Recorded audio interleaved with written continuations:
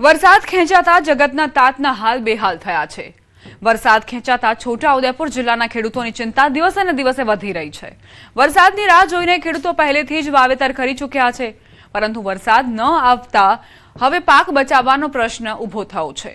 બોડેલી તાલુકાના કુંદનપુર ગામનું જિલ્લાના સૌથી મોટું સિંચાઈ તળાવ હાલ સંપૂર્ણપણે સુકાઈ ગયું છે।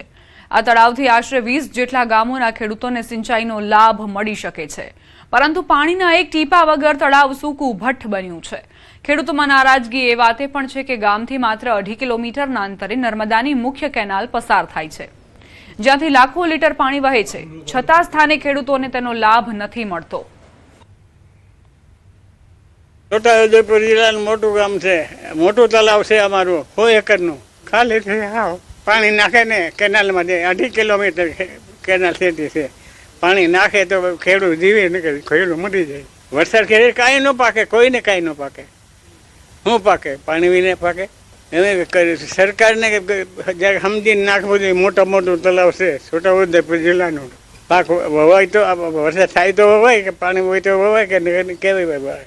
એમાં આજની મિનિટે એક બિલકુલ પાણી નથી, અને એ પાણી ભરવા માટે મેઇન કેનાલમાંથી 3 કિલોમીટર દૂર આવેલ છે, તો તાત્કાલિક ભરી અમને પીયાતની અને પાણી પીવાની યોજના કરી તૈયાર કરે તો અમને ફાયદો થાય એવું છે। ચોમાસું લેટ થયું છે તો બિયારણ અમે વાવેતર કરી દીધેલ છે, એ વાવેતર ફેલ જાય એવો બિલકુલ તૈયારી છે। અપીલ કરી છે કે અત્યારે ખેડૂતોએ વાવેતર નહીં કરવું, તો અમે વાવેતર નહીં કરીએ તો અમારે ઉત્પાદન લેવું કેવી રીતે અને અમારે જીવન જીવવું કેવી રીતે, એમને મોટી તકલીફ છે। ખેડૂતોની માંગ છે કે કુંદનપુર તળાવમાં નર્મદાનું પાણી છોડવામાં આવે, જેથી ઊભો પાક બચાવી શકાય।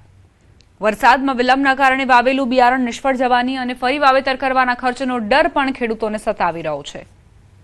બોર અને કુવાઓમાં પણ પાણી ખૂટી જતા સિંચાઈનો અન્ય કોઈ વિકલ્પ નથી બચ્યો।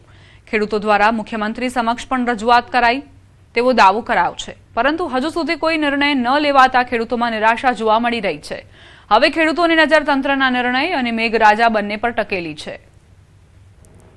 વરસાદ ખેંચાયો, પાણીની એ છે, એટલા માટે અમારે સરકારને એવી માંગ છે કે કેનાલનું પાણી મહી નાખે તલાવને। 100 એકરનો તલાવ છે, ટીપું પાણી નહીં એમ અત્યારે। ખેડૂતોને નુકસાન તો આ બિયારણ જેવું, ખાતર જેવું હવે પાછું જ કરવાનું। આ તળાવમાં પાણીની સંગ્રહ ક્ષમતા ઓછી છે હાલમાં, અને ત્યાં આજુબાજુ ખેડૂતો લિફ્ટિંગ કરીને અને HR ગેટના ડાઉનસ્ટ્રીમમાં પાણી લેતા હોય છે, જેથી હાલ પાણી સિંચાઈ યોજનામાં ખાલી થઈ ગયેલ છે। સદરનું તળાવ ભરવા માટે આજુબાજુના ખેડૂતોની નર્મદામાંથી પાણી લઈને ભરવા માટેની રજૂઆત છે। સદર રજૂઆત માટે સરકારશ્રી કક્ષાએ આપણે દાહોદ, પંચમહાલ અને છોટાઉદેપુરના તળાવોને લિફ્ટ ઇરિગેશન સિંચાઈ દ્વારા ભરવા માટેની મંજૂર કરવામાં આવેલ છે।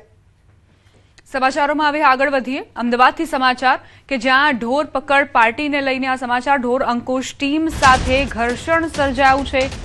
રાણીપ વિસ્તારમાં ઉગ્ર બોલાચાલી થઈ હતી। અહીં ઢોર પકડનાર પાર્ટી પહોંચી હતી। એમસીની ટીમની કાર્યવાહીમાં અડચણરૂપ કામગીરી।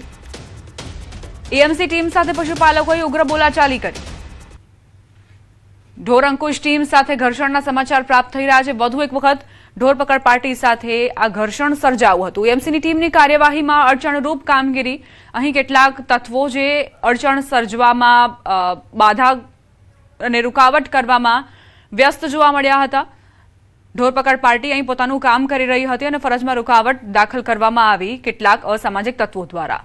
એએમસીની ટીમ પર જ આ હુમલાની ઘટના બની છે। રાણીપ વિસ્તારમાં ઉગ્ર બોલાચાલી થઈ હતી અને ત્યારબાદ જે અસામાજિક તત્વો છે તે આક્રમક બની ગયા હતા।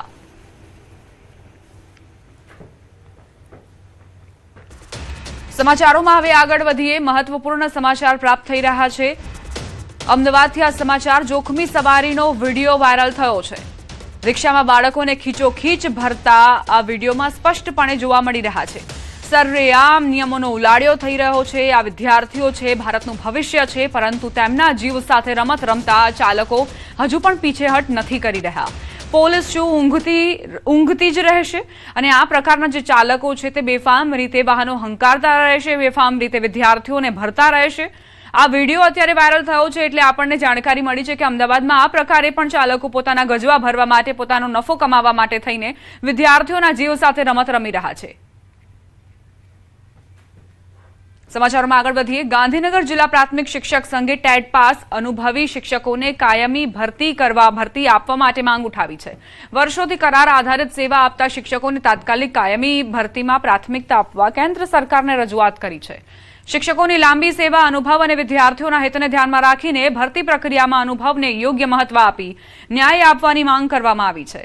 શિક્ષણ મંત્રાલયને ભરતી નીતિની સમીક્ષા કરી અનુભવી શિક્ષકોના હિતમાં નિર્ણય લેવા વિનંતી કરાઈ છે, જેને AIPTF અને ગુજરાત રાજ્ય પ્રાથમિક શિક્ષક સંઘ દ્વારા પણ પૂર્ણ સમર્થન આપવામાં આવ્યું છે. શિક્ષણ સંઘે ચેતવણી આપી છે કે માંગ સ્વીકારવામાં નહીં આવે તો દિલ્હી ખાતે ધરણા સહિતના આગામી આંદોલનાત્મક કાર્યક્રમો યોજવામાં આવશે. આજે અમારી મુખ્ય માંગણી ટેટ પરીક્ષા 10 પહેલાના જે શિક્ષકો છે એને સુપ્રીમનું જજમેન્ટ છે તો તેના કારણે સંસદમાં વિધેયક પાસ કરી આ શિક્ષકોને મુક્તિ આપવા માટેની અમારી મુખ્ય માંગણી છે. માંગણી જો નહીં સ્વીકારવામાં આવે તો અમે રાજ્ય લેવલે સમગ્ર દેશમાં 5 થી 20 ની વચ્ચે દરેક રાજ્ય લેવલે ધરણાના કાર્યક્રમો થશે અને ઓગસ્ટની અંદર દિલ્હી લેવલે સમગ્ર દેશના શિક્ષકોના ધરણાના કાર્યક્રમ થશે.